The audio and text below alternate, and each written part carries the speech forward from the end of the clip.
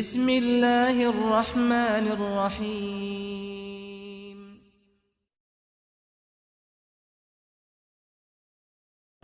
بسم اللہ الرحمن الرحیم۔ سامعین محترم، آپ دیکھ رہے ہیں MSR میڈیا اور میں ہوں آپ کا میزبان سیف الرحمن۔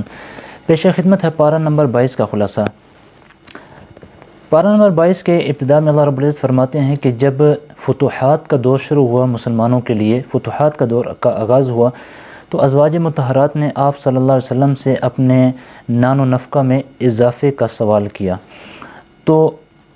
اللہ رب العزت کی طرف سے آپ صلی اللہ علیہ وسلم کو حکم دیا گیا کہ آپ ان کو دو چیزوں کا اختیار دیں، یا تو آپ کی جدائی اختیار کر لیں اور اپنی مرضی کی خوشحالی کی زندگی بسر کریں، یا پھر آپ صلی اللہ علیہ وسلم کے ساتھ ہی جو زندگی گزر رہی ہے اسی تنگی کی زندگی پر جو ہے وہ گزارا کریں، گزر بسر کریں، اور اپنی جو عیش و عشرت ہے اس کو آخرت کے لیے رکھ دیں۔ آخرت کی جو زندگی ہے وہاں پر جو ہے وہ تمام راحتیں، نعمتیں اور آرام جو ہے نصیب ہوگا۔ تو جب آپ صلی اللہ علیہ وسلم نے ازواج مطہرات کو یہ اختیار دیا تو تمام ازواج مطہرات نے آخرت کی زندگی کو ترجیح دی۔ اس کے بعد عورتوں کے لیے مختلف احکامات ہیں کہ مردوں کے ساتھ جب بات کریں تو اپنے لہجے کو نرمی کے ساتھ بات نہ کریں، نرم لہجہ اختیار نہ کریں، بلکہ آپ کی آواز میں جو ہے وہ لہجے میں سختی ہونی چاہیے۔ اسی طرح بلا ضرورت جو ہے وہ گھر سے باہر نہ نکلیں، اور جاہلیت کی عورتوں کی طرح بے پردہ ہو کر نہ نکلیں، اور نماز کی پابندی کریں، زکوٰۃ ادا کریں، اللہ اور رسول کی اطاعت کریں، تلاوت قرآن پاک کا اہتمام کریں۔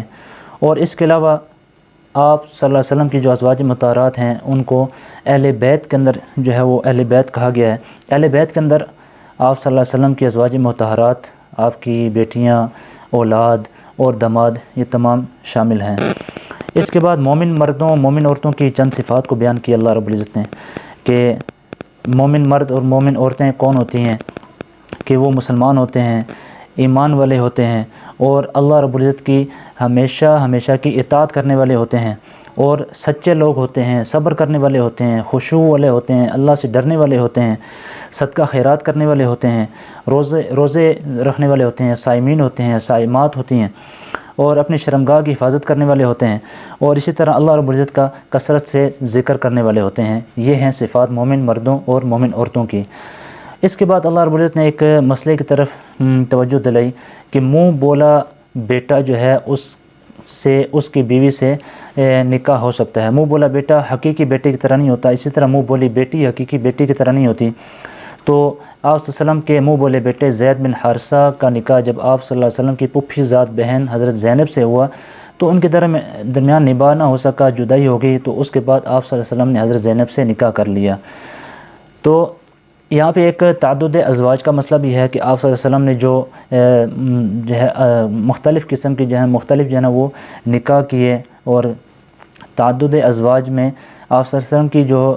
تعلیمی اور تشریعی اور اجتماعی اور سیاسی جو حکمتیں ہیں ان کو نظر انداز کرتے ہوئے لوگ اعتراض کرتے ہیں۔ تو اس کی یہ خلاصہ جو ہے اس کی تفصیل میں جانے کی اجازت نہیں دیتا،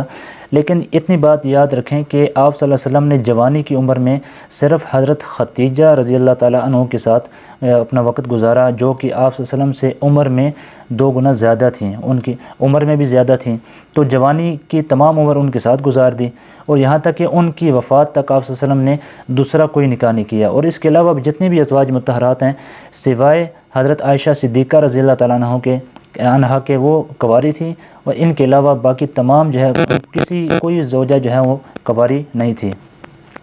اس کے اندر بہت سی حکمتیں پوشیدہ ہیں، لیکن ان کی تفصیل کی اجازت یہ خلاصہ نہیں دیتا، وہ پھر کسی مقام پر انشاءاللہ تفصیلی بیان ہوگا۔ اس کے بعد ختم نبوت کا مسئلہ آپ صلی اللہ علیہ وسلم کے بارے میں اللہ رب العزت نے فرمایا کہ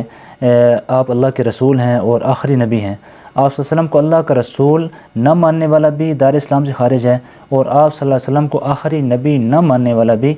دار اسلام سے خارج ہے۔ آپ اللہ کے رسول بھی ہیں اور آخری نبی بھی ہیں، آپ کے بعد کوئی نبی نہیں آئے گا۔ اس کے بعد آپ صلی اللہ علیہ وسلم کی صورت میں اللہ رب العزت نے جو نعمت ہمیں عطا کی، آپ صلی اللہ علیہ وسلم جو ہے آخرت میں اپنی امت پر بھی تمام امتوں پر بھی جو ہے وہ قیامت کے دن گواہی دیں گے۔ آپ صلی اللہ علیہ وسلم کی جو امت جنہوں نے آپ کی دعوت پہ لبیک کا ایمان لائے وہ امت اجابت ہے، اور جو ایمان نہیں لائے وہ امت دعوت ہے۔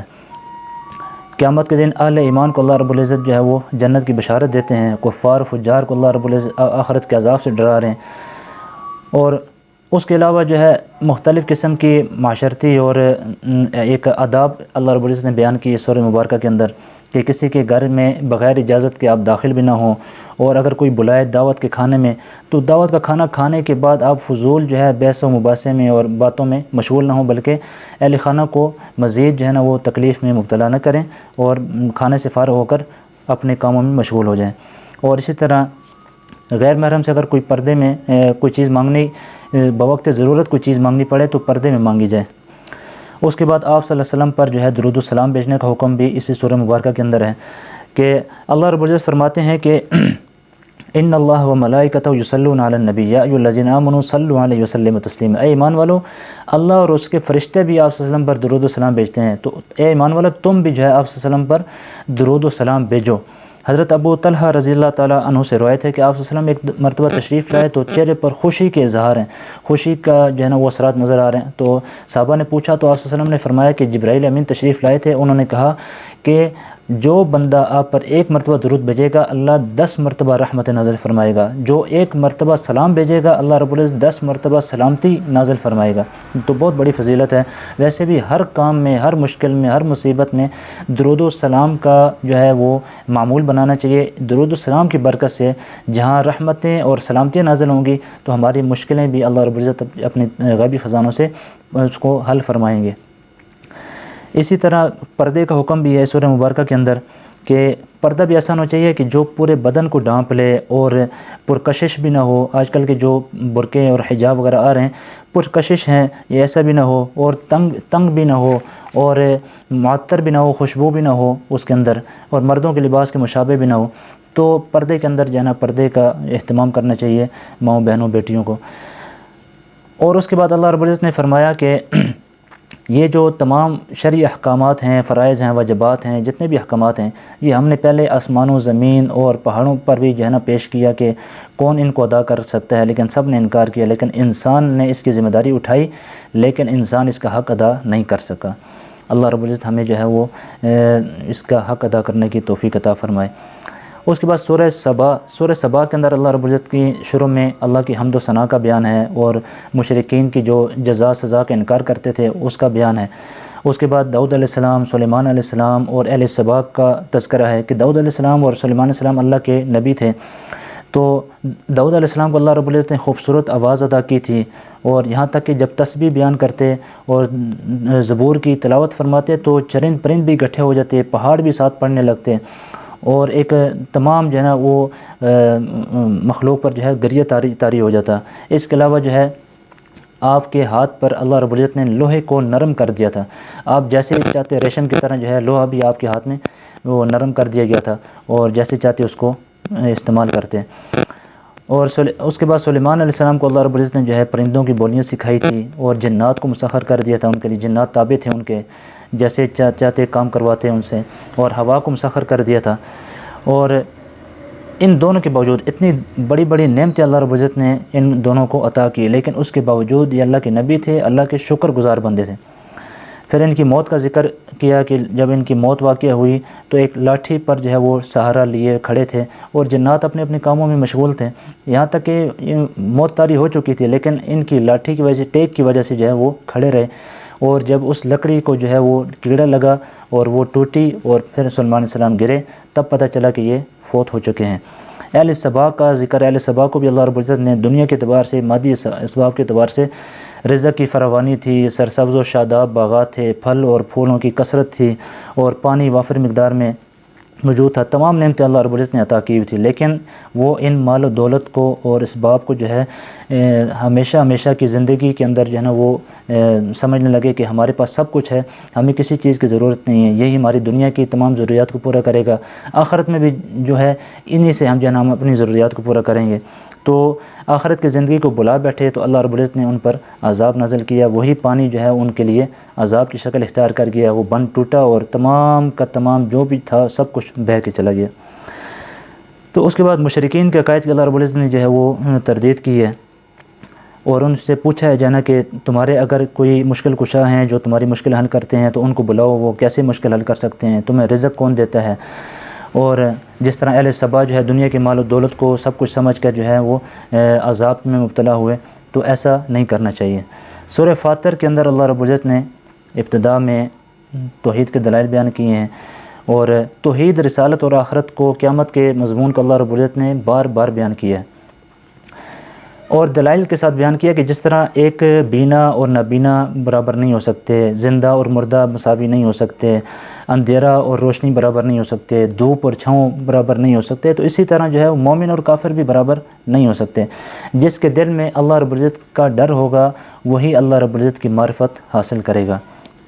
اس کے بعد جو ہے وہ اللہ رب العزت نے جو ہے مسلمانوں کے 3 گروہ بیان کیے کہ ایک جو ہے وہ مومن ہے، وہ ظالم ہے، یعنی وہ اس کی جو نیکیاں ہیں وہ کم ہیں اور گناہ اس کے زیادہ ہو گئے ہیں لیکن ہے مومن ہے۔ اسی طرح ایک مقتصد ہے کہ جو درمیانی چال چل رہا ہے، اس کی نیکیاں بھی اتنی ہیں اور گناہ بھی اتنے ہی ہیں۔ اسی طرح ایک سابق بالخیرات ہے کہ جس کی نیکیاں جو ہے وہ گناہوں سے سبقت لے جا چکی ہیں اور وہ طاعت اور عبادت میں دوسرے لوگوں سے سبقت لے جا چکے ہیں، لیکن تینوں بالآخر جو ہے وہ جنت میں جائیں گے، لیکن جو سابق بالخیرات ہے وہ ڈائریکٹ جنت میں چلا جائے گا، اس کی نیکیاں زیادہ ہیں، دوسروں پر سبقت لے جا چکے ہیں، اور باقی جو اپنے اپنے گناہوں کی سزا بھگتنے کے بعد جو ہے جنت میں جائیں گے۔ اللہ رب العزت ہمیں عافیت والا معاملہ فرمائے اور بلا حساب کتاب جنت میں جانے کی توفیق عطا فرمائے، کیونکہ اللہ رب العزت کا اصول ہے کہ اللہ رب العزت اپنے بندوں کو گناہوں پر فی الفور سزا نہیں دیتا، فی الفور نہیں پکڑتا، کیونکہ اگر یہ فی الفور جزا و سزا کا اصول اللہ رب العزت قائم کر دیتے تو زمین پر کوئی چرند پرند انسان حیوان جو ہے باقی نہ رہتا، کیونکہ اللہ رب العزت نے تمام کائنات کو مسخر کیا ہے انسان کے لیے کہ یہ سورج چاند بنائے، دریا، پہاڑ، پھل پھول، باغات اور نعمتیں جتنے بھی ہیں سب انسان کے لیے بنائی ہیں، اور انسان کو کس لیے بنایا؟ انسان کو اپنی عبادت کے لیے بنایا۔ جب انسان اللہ کی عبادت ہی نہیں کرے گا، اللہ کے نام ہی نہیں لے گا، اللہ کو یاد ہی نہیں کرے گا، تو اللہ کو کیا ضرورت ہے اس دنیا کو باقی رکھنے کی؟ تو اس لیے فرمایا کہ انسان کو اللہ رب العزت جو ہے وہ گناہوں میں مبتلا ہونے کے باوجود فی الفور نہیں پکڑتا، کیونکہ اگر انسان کو فی الفور پکڑنے کا اصول قائم ہو جائے تو پھر تو دنیا ہی ختم ہو جائے۔ تو اللہ رب العزت جو ہے وہ ایک آخرت کا ایک وقت مقرر کیا ہے جزا سزا کا، جب وقت آئے گا تو اس وقت جو ہے عدل کا جو نظام ہے وہ حرکت میں آئے گا اور ہر بندے کو اپنا اعمال کے مطابق جو ہے وہ بدلہ ملے گا۔ اس کے بعد سورہ یاسین ہے جس کا ابتدائی ایک رکوع جو ہے اس پارے کے آخر میں ہے، جبکہ کامل حصہ جو ہے وہ 23ویں پارے کی ابتدا میں ہے، تو اس کا سورہ یاسین کا جو بیان جو ہے انشاءاللہ کل ہوگا۔ اللہ رب العزت سے دعا ہے اللہ رب العزت جو کہا سنا اس پر عمل کرنے کی توفیق عطا فرمائے۔ وآخر دعوانا ان الحمد للہ رب العالمین۔